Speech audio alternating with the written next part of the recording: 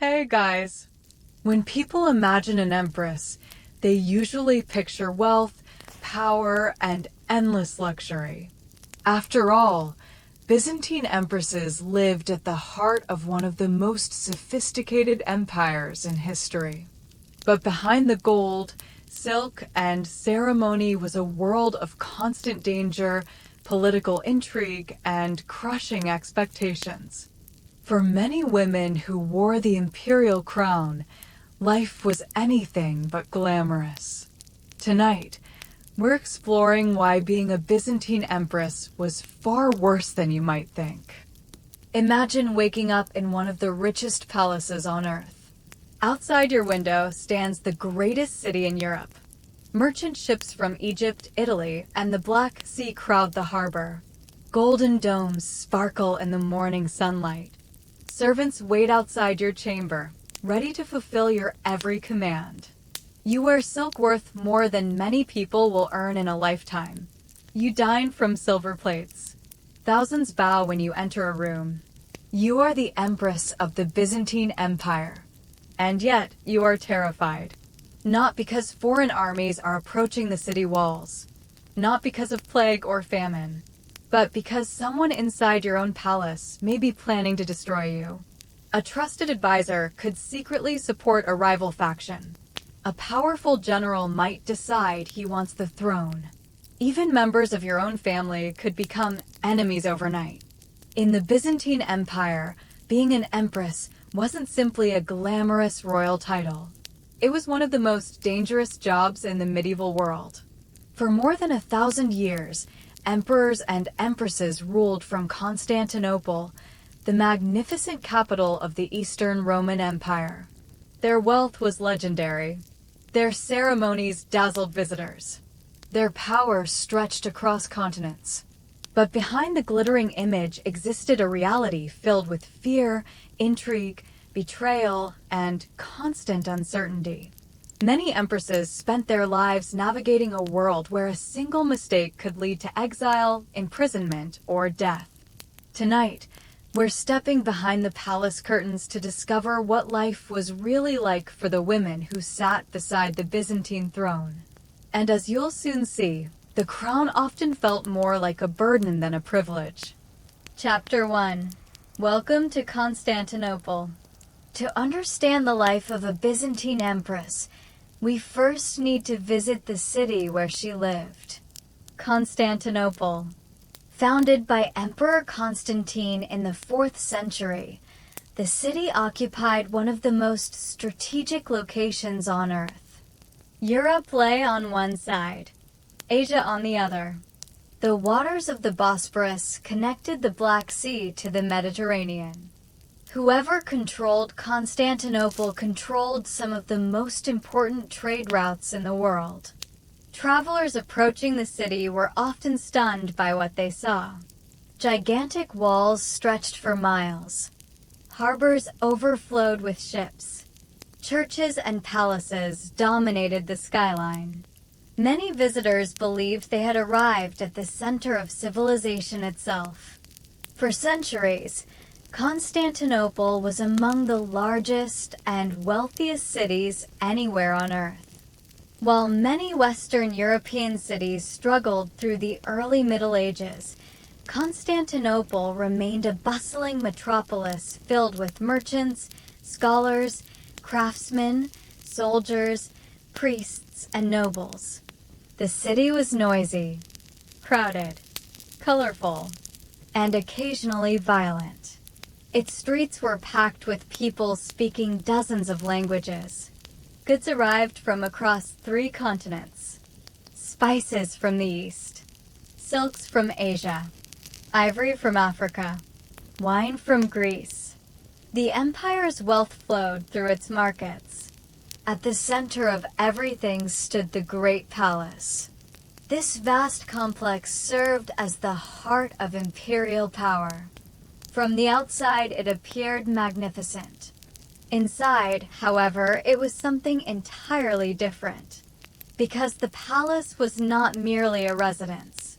It was a political battlefield. Every hallway carried whispers. Every banquet concealed hidden motives. Every ceremonial gathering offered opportunities for alliances and betrayals. For an empress, the palace was both home and prison. She possessed extraordinary privilege, but she could never truly relax. Someone was always watching. Someone was always listening. And someone was always plotting. How did a woman become empress in the first place? The answer varied. Some were born into powerful noble families. Others arrived through diplomatic marriages. A few rose from surprisingly humble origins. Regardless of background, entering the imperial court meant entering a completely different world. Young women selected for marriage to emperors often underwent extensive preparation. Court officials evaluated their appearance, their manners, their family connections, their religious devotion, their ability to produce heirs. Marriage in the Byzantine court was rarely about romance. It was politics. Every wedding could strengthen alliances, secure loyalty, or stabilize succession. A future empress quickly learned that her personal desires mattered far less than the needs of the empire. From the moment she entered the palace, expectations surrounded her. She needed to appear dignified. She needed to behave properly. She needed to avoid scandals. And most importantly, she needed to provide children, preferably sons. The survival of dynasties depended upon successful succession. Without an heir, political uncertainty could spread throughout the empire. That uncertainty often attracted ambitious rivals. As a result, enormous pressure rested upon imperial women. An empress was expected to embody virtue, wisdom, beauty, piety, and fertility all at once. Failing in any of those areas could damage her reputation. And in Byzantium, reputation was everything. Many women discovered that becoming empress did not grant freedom. Instead, it imposed countless obligations. The crown looked beautiful from a distance. Up close, it weighed heavily. If the great palace had walls that could talk, historians would probably never run out of material. The complex housed not only the imperial family, but also officials, guards, servants, advisors, priests, eunuchs, diplomats, and countless other figures involved in government. Every group had interests. Every interest created factions. And every faction pursued influence. Among the most powerful figures at court were eunuchs. These officials often occupied important administrative positions and enjoyed direct access to the emperor and empress. Because they could not establish competing dynasties of their own, many rulers considered them trustworthy. Yet their influence could be enormous. Some effectively controlled access to the throne itself. An empress who failed to build relationships with key palace officials could find herself isolated. Meanwhile, rival noble families constantly competed for favor. Marriage alliances shifted. Political loyalties changed. Friendships disappeared. Today's ally could become tomorrow's enemy. Court life resembled an endless chess match. Every move carried consequences. Every conversation might be reported elsewhere. Even seemingly harmless remarks could return months later in unexpected ways. Foreign ambassadors noticed this atmosphere immediately. Many described the Byzantine court as one of the most sophisticated and politically complex environments in the world. Ceremonies appeared orderly, but beneath the surface, struggles for power never stopped. For imperial women, this environment created constant stress. Who could be trusted? Who was spreading rumors? Who supported rival claimants? Who secretly hoped for your downfall? There were rarely clear answers. As a result, life inside the palace often felt like walking through a maze filled with hidden traps. And for many empresses, the greatest threats came not from foreign enemies beyond the city walls, but from the people standing beside them in the palace corridors. Most queens throughout history worried about war. A Byzantine empress had an additional concern. Would her husband survive the year?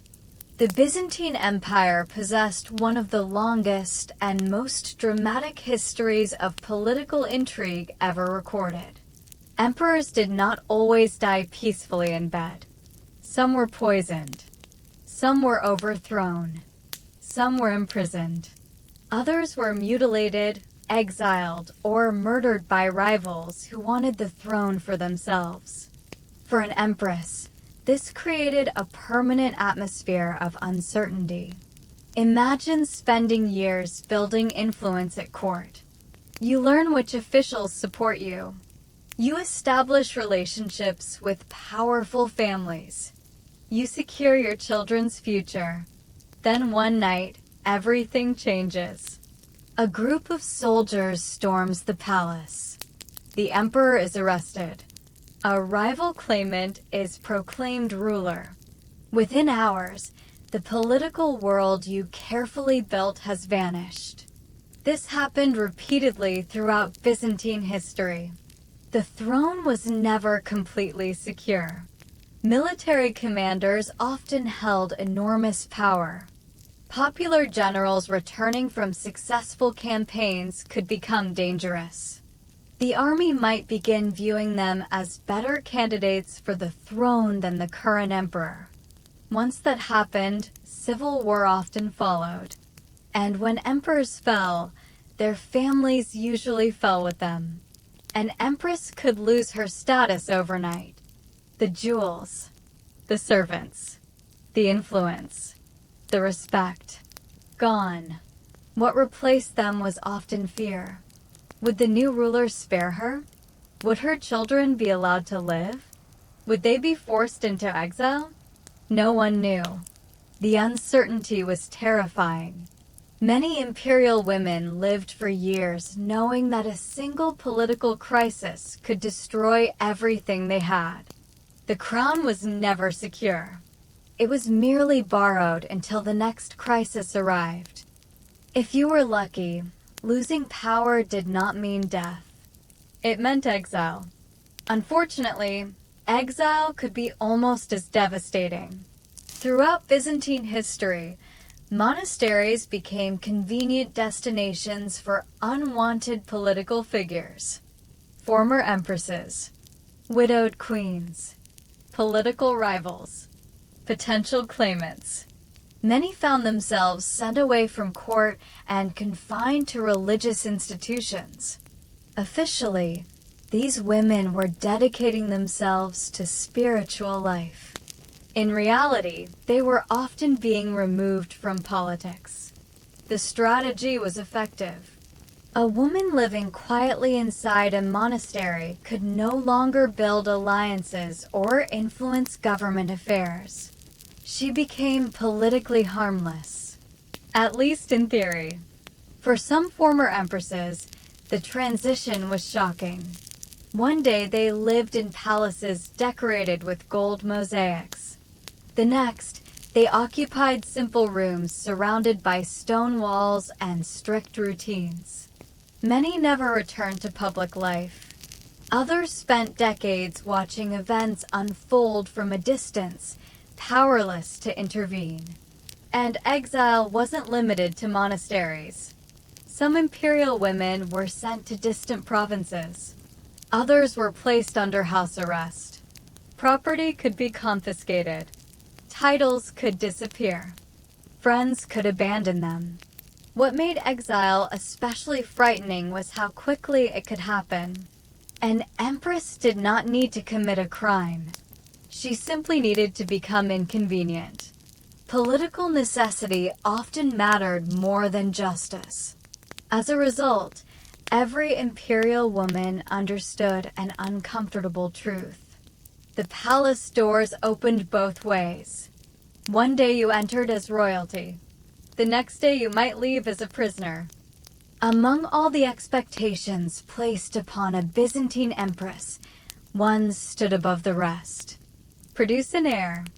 The future of the dynasty depended upon it. Without a clear successor, uncertainty spread throughout the empire. Ambitious nobles began calculating opportunities. Military leaders considered their options.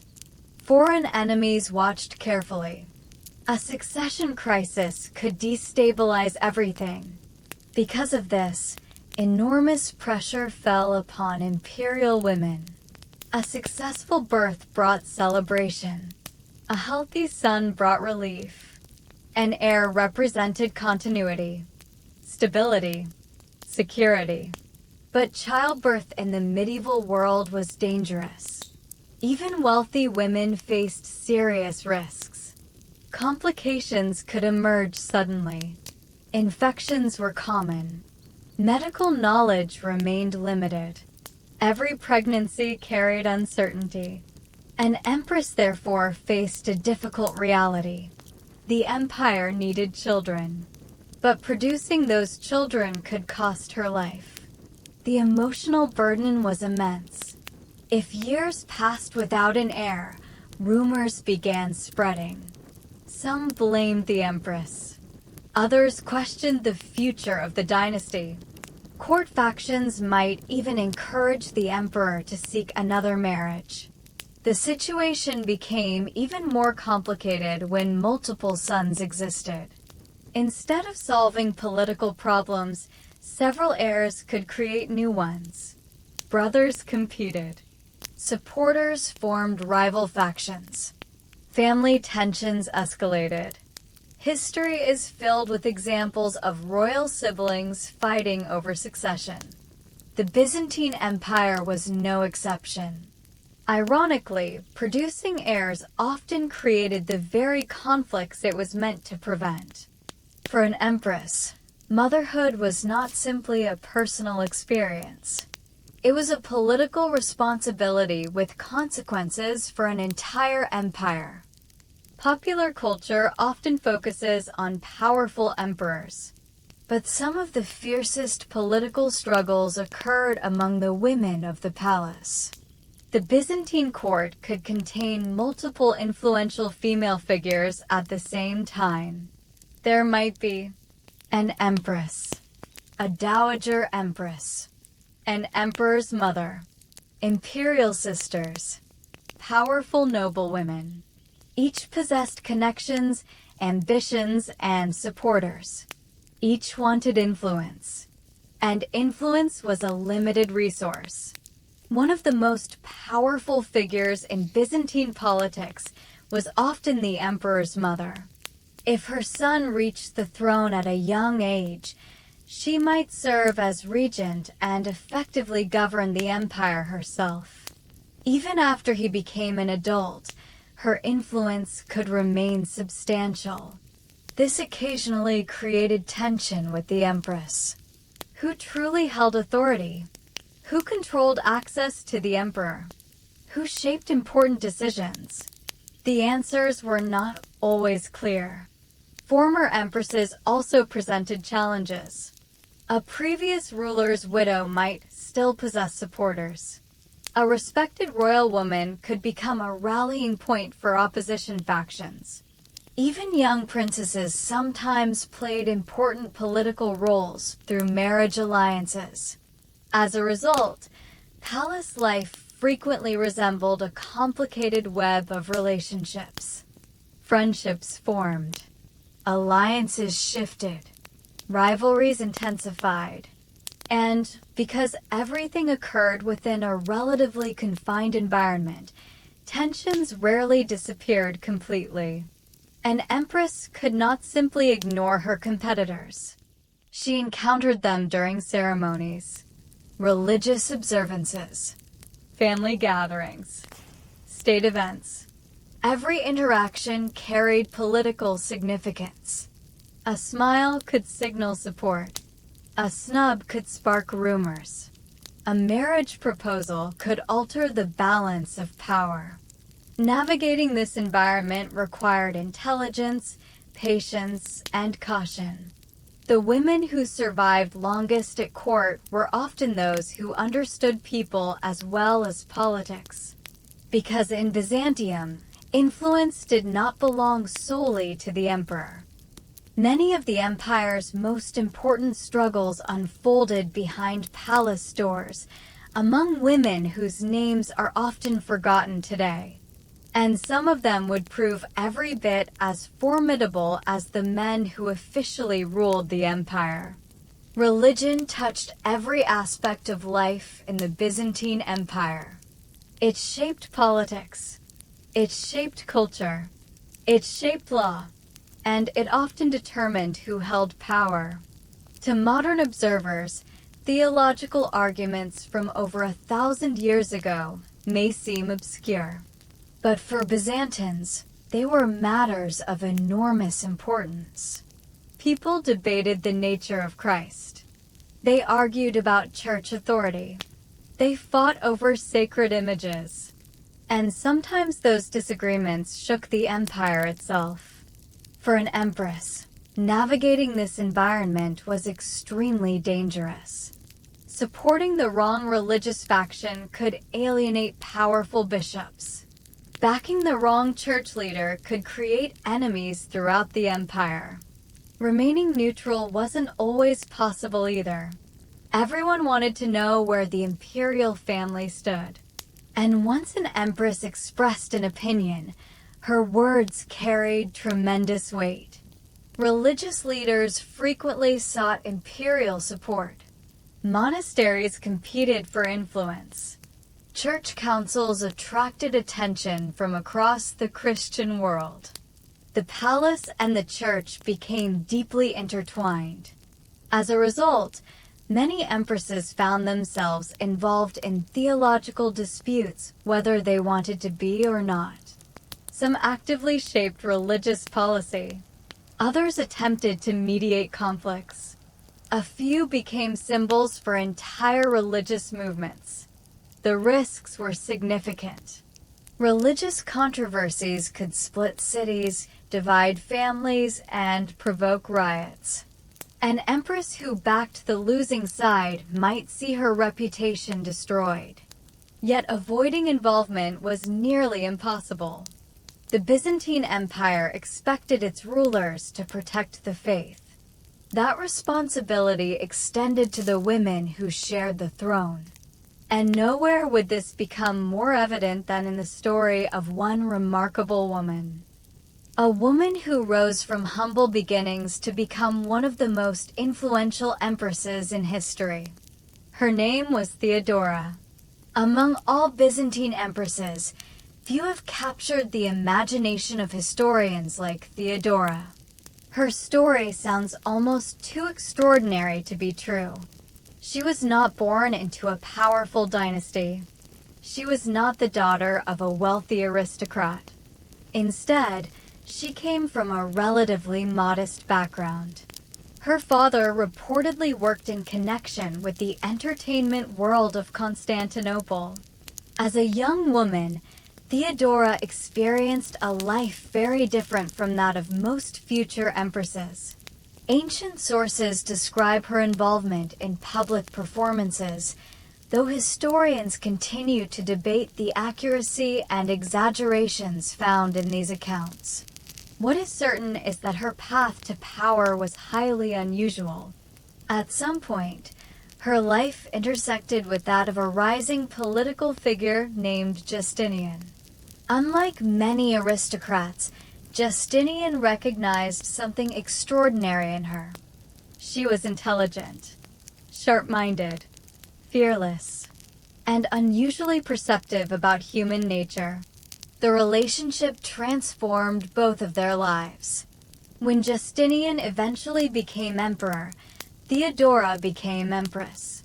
Many members of the elite were horrified.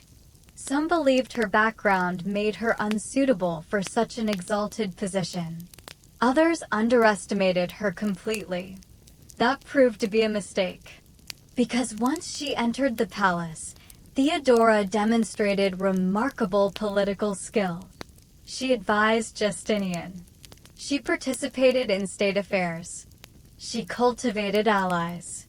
And she showed an ability to remain calm during crises that would have overwhelmed many experienced politicians. Over time, even critics found it difficult to ignore her influence.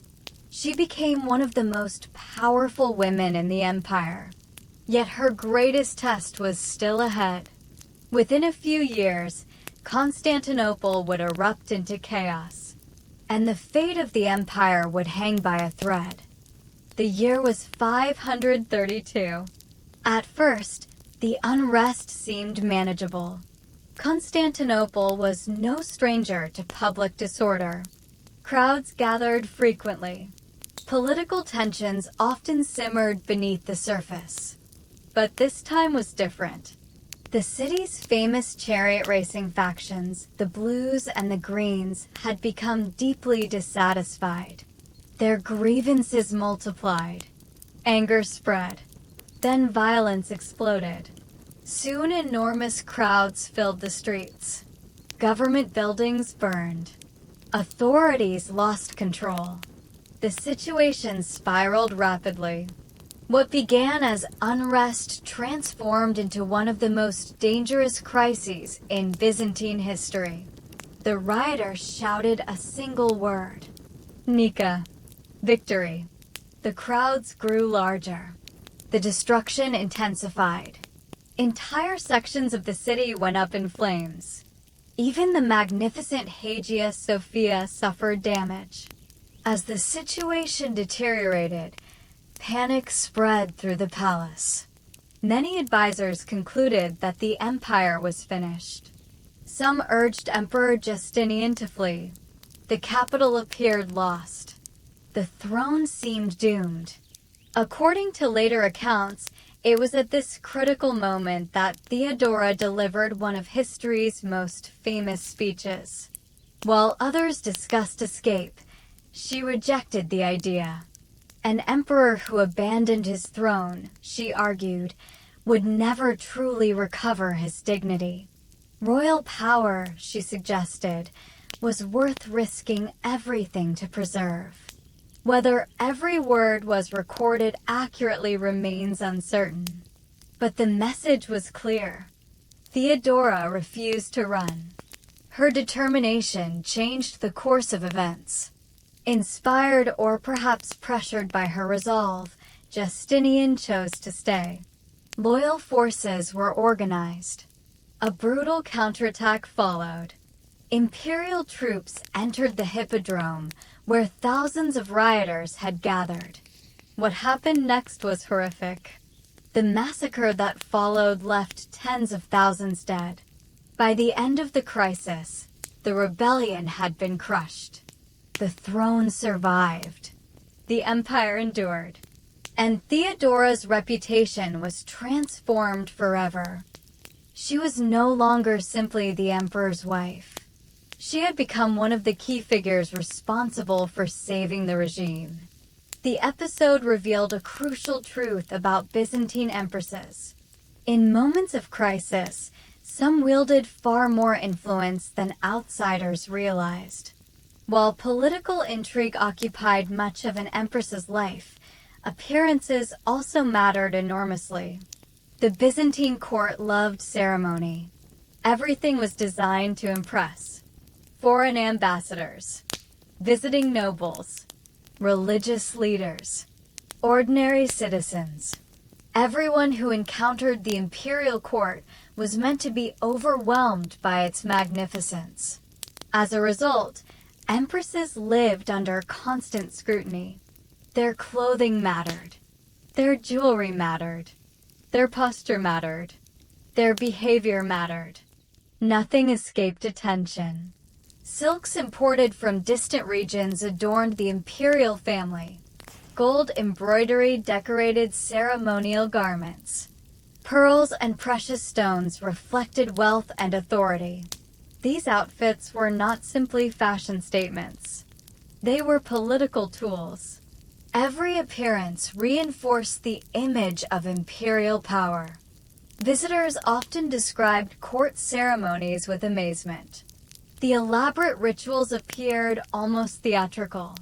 Carefully choreographed processions, formal audiences, religious celebrations, public appearances. Each event communicated messages about legitimacy and authority. For empresses, participating in these ceremonies could be exhausting. A single mistake might become the subject of palace gossip. An inappropriate gesture could attract criticism. An unfortunate rumor could spread rapidly. Even physical appearance carried political significance. Beauty standards varied over time, but elegance and refinement remained important expectations. Artists frequently portrayed empresses with idealized features, emphasizing dignity and majesty rather than realism. The result is that many surviving images seem almost timeless. Serene, perfect, untouchable. But reality was far more complicated. Behind the jewels and golden crowns stood real women. Women who worried about rivals. Women who feared political downfall. Women who faced enormous pressure every day. The dazzling image presented to the public often concealed stress, uncertainty, and isolation. To outsiders, the life of an empress looked enviable. Inside the palace, however, the reality could be far less glamorous. And for some rulers, maintaining power would eventually require choices so shocking that they would echo through history for centuries. For all the political dangers that surrounded the Byzantine court, one of the greatest threats to an empress came from something far more personal: childbirth. Today, having a child is usually considered a routine medical event.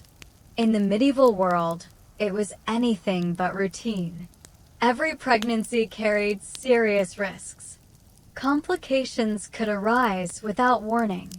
Infections could spread rapidly. Excessive bleeding could become fatal within hours. Even the wealthiest woman in the empire could not guarantee a safe delivery. An empress might possess the finest clothing, the grandest palace, and the most powerful husband on earth. None of that mattered when labor began. The empire expected imperial women to produce heirs. Yet the very act of securing the dynasty could cost them their lives. This created a cruel paradox. The more important a woman became politically, the more pressure she faced to have children. And the more children she had, the greater the risk she endured. Many pregnancies ended in tragedy. Some children never survived infancy. Some mothers died shortly after giving birth. Others suffered lifelong health complications. The emotional toll could be devastating. Imagine losing multiple children while living under the public gaze of an entire empire. Imagine knowing that every unsuccessful pregnancy would become the subject of rumors. People questioned fertility. They speculated about divine favor. They whispered about the future of the dynasty. The burden was immense. Yet most empresses had little choice. The survival of the empire demanded heirs. And so generation after generation of imperial women faced one of the most dangerous responsibilities in medieval society. Not leading armies, not negotiating treaties, simply giving birth. If there was one thing Constantinople never lacked, it was gossip. Rumors flowed through the capital almost as quickly as trade goods. Servants shared stories. Merchants repeated whispers. Officials exchanged secrets. Before long, an entire city could be discussing events that may never have happened. For an empress, rumors could be almost as dangerous as actual conspiracies. A single accusation could damage reputations. And accusations were everywhere. Poisoning, adultery, treason, corruption, sorcery. No allegation was too outrageous. The Byzantine court developed a reputation for intrigue partly because so many dramatic stories circulated through its history. Some conspiracies were real, others were fabricated. The challenge was knowing the difference. Imagine attending a banquet. The food appears perfectly normal. The wine tastes fine. Yet, somewhere in the back of your mind lurks a question. Can you trust everyone at this table? Most of the time, the answer was yes. But occasionally, history proved otherwise. Political rivals sought advantage constantly. If they could not defeat an opponent openly, they might attempt to undermine them through rumors. Character assassination often preceded political assassination. Destroy someone's reputation first. Remove them from power later. Empresses became frequent targets because they occupied such visible positions. The public wanted explanations for every major event. If an emperor became ill, people searched for causes.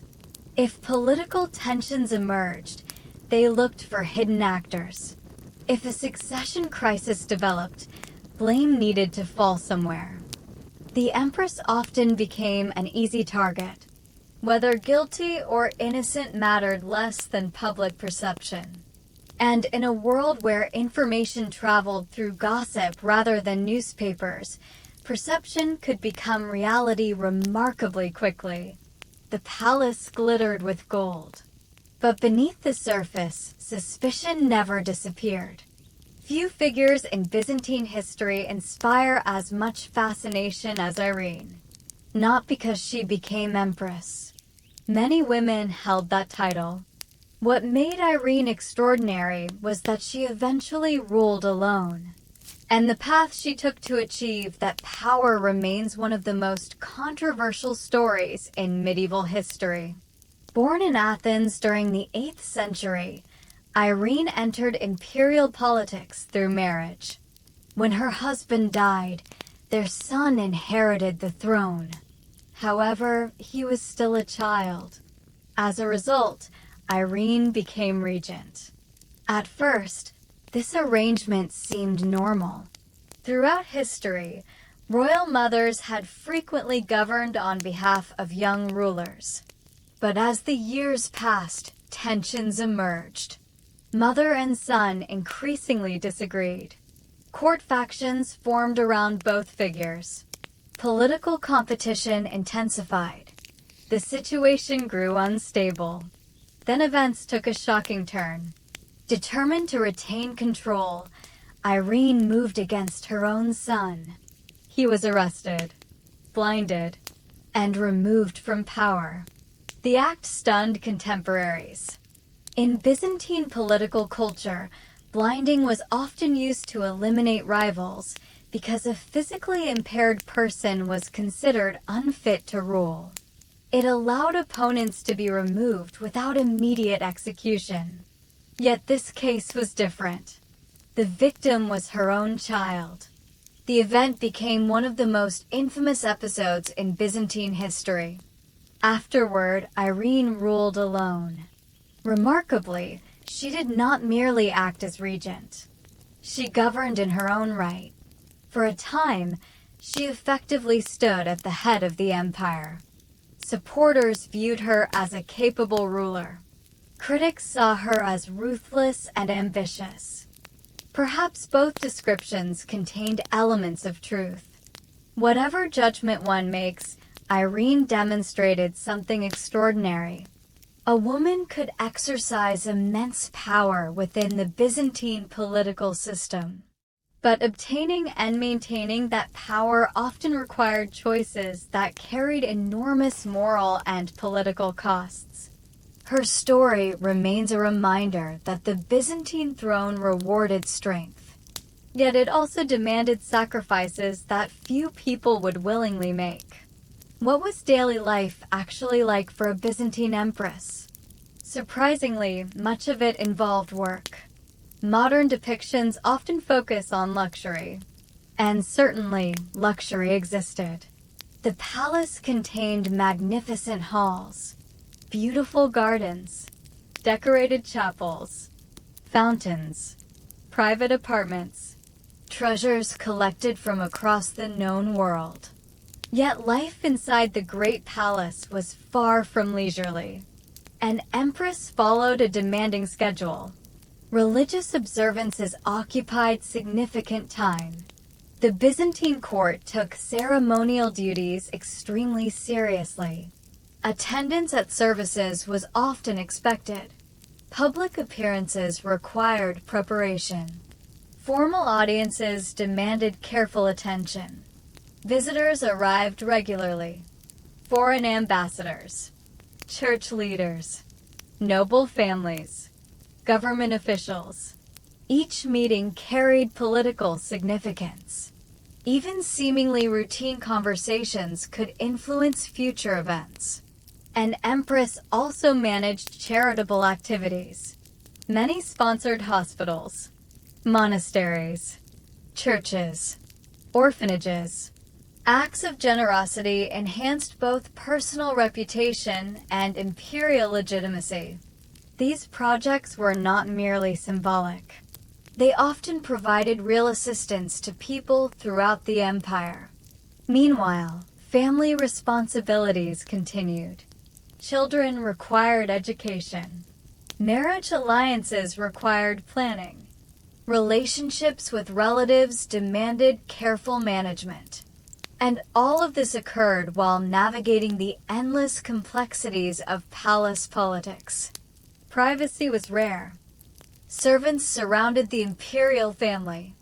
Officials constantly sought access. Messengers arrived with new information. Court life moved at a relentless pace. By the end of the day, an empress might have attended ceremonies, discussed government affairs, reviewed correspondence, received visitors, participated in religious functions, and managed family matters. The workload could be exhausting, which makes the image of the idle medieval queen particularly misleading. Many Byzantine empresses were administrators, diplomats, patrons, negotiators, and political operators. Their responsibilities extended far beyond simply sitting beside the emperor. Yet despite all this activity, one fact remained unchanged. Everything depended on maintaining influence, and influence could disappear without warning. Not every Byzantine empress was born in Constantinople. Many arrived from distant lands. Some came from Armenia, others from the Balkans. A few arrived from Western Europe. Each entered a world unlike anything they had ever known. Imagine leaving your homeland as a teenager. You travel hundreds of miles. You arrive in the largest city you have ever seen. A city filled with unfamiliar customs, ceremonies, and political traditions. Everyone speaks a slightly different language. Every gesture seems governed by complicated rules. And suddenly, you're expected to become the wife of an emperor. For many foreign princesses, the adjustment was difficult. The Byzantine court prized sophistication. Officials expected newcomers to learn court etiquette quickly. Mistakes could attract ridicule. A misunderstanding might damage important political relationships. At the same time, these women often found themselves isolated. Family members remained far away.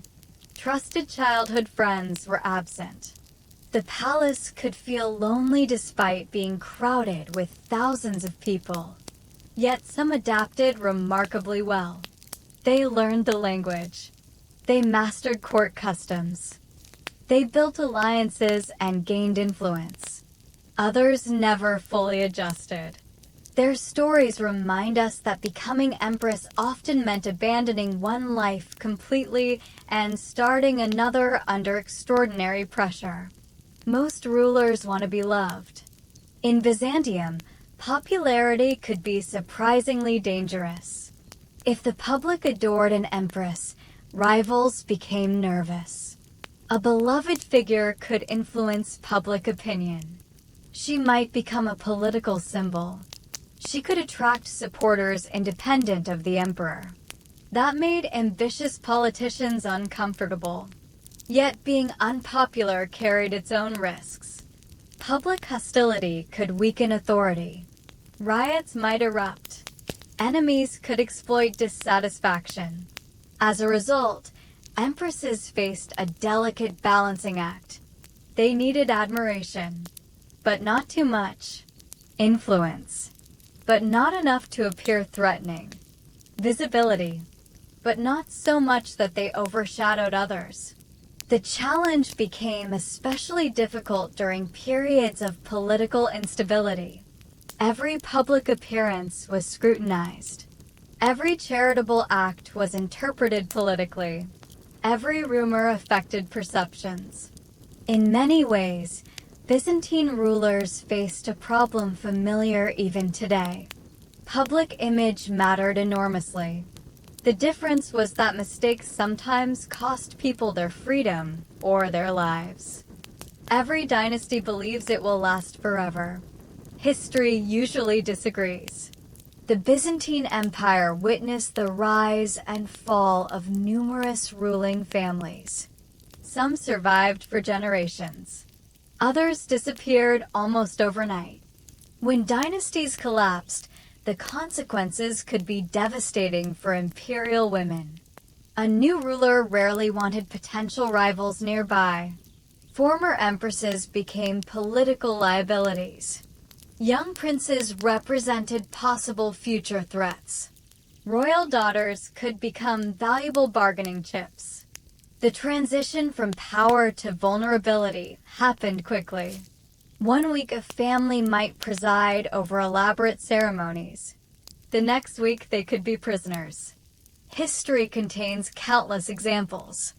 Palace coups, military revolutions, civil wars, political purges. The people who suffered most were often those with the least control over events.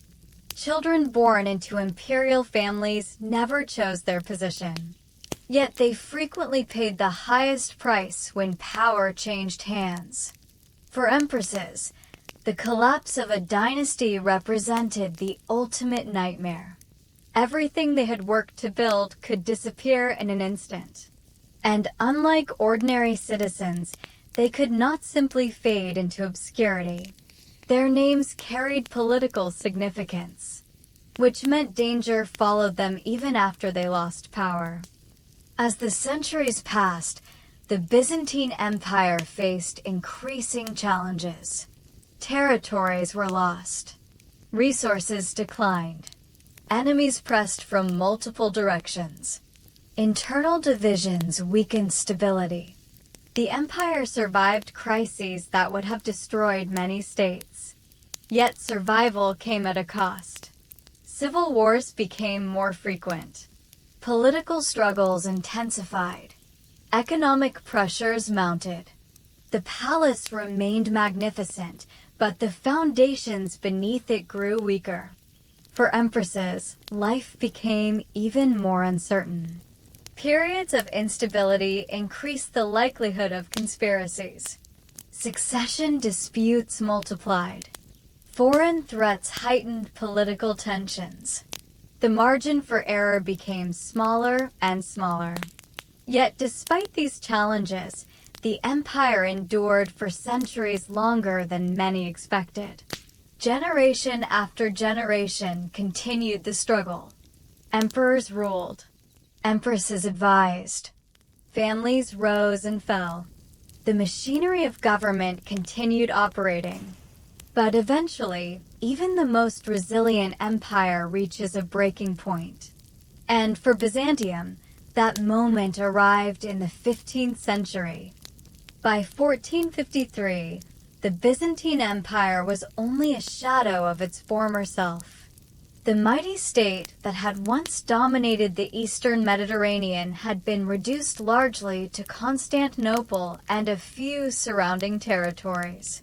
Yet the city remained extraordinary. Its walls still inspired awe. Its churches still reflected centuries of history. Its people still viewed themselves as Romans. Then came the final siege. The Ottoman Sultan Mehmed II assembled a powerful army and advanced against Constantinople. For weeks, defenders resisted. Massive cannons battered the ancient walls. The city's future hung in the balance. Inside Constantinople, people prayed. They hoped for reinforcements. They hoped for a miracle. Neither arrived. On May 29, 1453, Ottoman forces breached the defenses. The city fell. After more than 1,000 years, the Byzantine Empire came to an end. The great palace that had witnessed countless ceremonies, intrigues, and political dramas faded into history. The world that had produced generations of empresses disappeared. Yet their stories survived. Through chronicles, through art, through architecture, and through the enduring fascination of historians. The empire was gone, but its legacy remained. Conclusion: the price of the crown. When people imagine an empress, they usually picture luxury. Golden crowns, silk robes, magnificent palaces, and certainly Byzantine empresses possessed all of those things. They lived at the center of one of history's most sophisticated civilizations. They commanded respect. They influenced politics. Some even shaped the course of empires. But the reality behind the image was far more complicated. Being a Byzantine empress meant living under constant scrutiny. It meant navigating rivalries that never truly ended. It meant surviving court intrigue, religious disputes, succession crises, and political conspiracies. It meant carrying the burden of producing heirs. It meant understanding that power could vanish overnight. Some empresses rose from humble beginnings and achieved extraordinary influence. Others spent their lives trapped by circumstances beyond their control. Some became legends. Some became victims. Many were both. Their stories reveal a truth that applies far beyond Byzantium. Power and privilege often come with hidden costs. The crown may glitter brilliantly from a distance, but those who wear it know its true weight. And for the women of the Byzantine Empire, that weight was often far heavier than anyone outside the palace walls could ever imagine. So the next time you picture an empress living a life of endless luxury, remember the women of Constantinople.